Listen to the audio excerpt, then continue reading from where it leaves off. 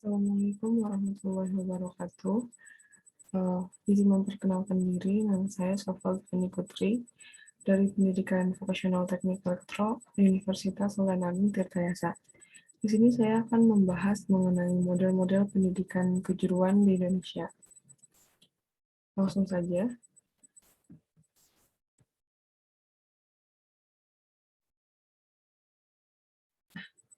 Sebelumnya, eh, saya akan mendefinisikan terlebih dahulu pendidikan kejuruan. Menurut Undang-Undang Sistem Pendidikan Nasional Nomor 20 Tahun 2003, Pasal 15, pendidikan kejuruan adalah pendidikan menengah yang mempersiapkan peserta didik terutama untuk bekerja dalam bidang tertentu. Pendidikan kejuruan adalah pendidikan yang menghubungkan, menjodohkan, melatih manusia agar memiliki kebiasaan bekerja untuk dapat memasuki dan berkembang pada dunia kerja atau industri, sehingga dapat dipergunakan untuk memperbaiki kehidupannya. Selanjutnya, ada contoh pendidikan kejuruan di Indonesia. Yang pertama ada SMK, lalu ada yang kedua ada MAK, Madrasah Aliyah Kejuruan, yang ketiga ada BLK, Balai Latihan Kerja, dan yang keempat ada Politeknik. Selanjutnya, fungsi pendidikan kejuruan. Ada beberapa fungsi pendidikan kejuruan, antara lain yaitu yang pertama ada sosialisasi sebagai transmisi nilai-nilai yang ada dan telah berlaku di lingkungan masyarakat. Adapun nilai-nilai yang dimaksud yaitu yang terkait dengan teori ekonomi, religi, seni, dan jasa yang relevan dengan konteks Indonesia. Lalu yang kedua ada kontrol sosial. Perilaku pendidik dan peserta didik sesuai dengan norma-norma yang berlaku. Artinya dalam melakukan pendidikan, pelatihan, atau pembinaan untuk pendidikan kejuruan perlu mengontrol perilaku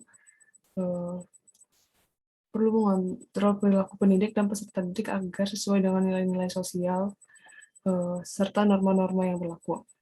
Lalu yang ketiga ada seleksi dan alokasi waktu, yaitu mempersiapkan dan memilih calon tenaga kerja yang sesuai kebutuhan pasar kerja.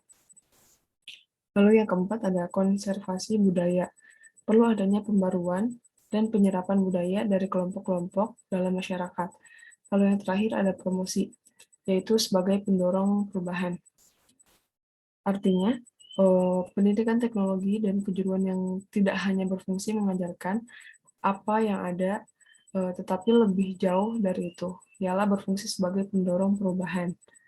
Selanjutnya, ada model-model pendidikan kejuruan. Menurut Hadi dalam Mulyati tahun 2007, ada tiga model pendidikan kejuruan. Yang pertama ada market oriented model. Model ini bersifat liberal. Artinya pemerintah tidak mempunyai peran atau hanya peran marginal dalam proses kualifikasi pendidikan kejuruan.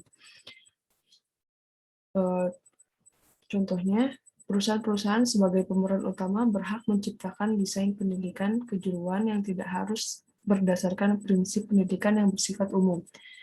Lalu yang kedua ada model bersifat birokrat, yaitu pemerintah sendiri merencanakan, mengorganisasikan, dan mengontrol pendidikan kejuruan.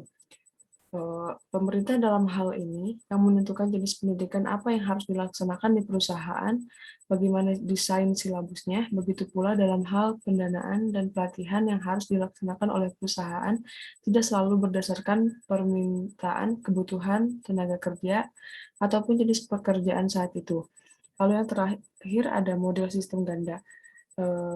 Model sistem ganda ini pemerintah menyiapkan atau memberikan kondisi yang relatif komprehensif dalam pendidikan kejuruan bagi perusahaan-perusahaan swasta dan sponsor lainnya. Lalu ada tujuan pendidikan kejuruan. Yang pertama ada memenuhi kebutuhan masyarakat akan tenaga kerja. Mohon maaf ada kesalahan pengetikan. Lalu yang kedua meningkatkan pilihan pendidikan bagi individu. Yang ketiga mendorong motivasi untuk belajar terus-menerus. Sekian dari saya. Mohon maaf bila ada kesalahan. Wabillahi taufiq wal hidayah. Wassalamualaikum warahmatullahi wabarakatuh.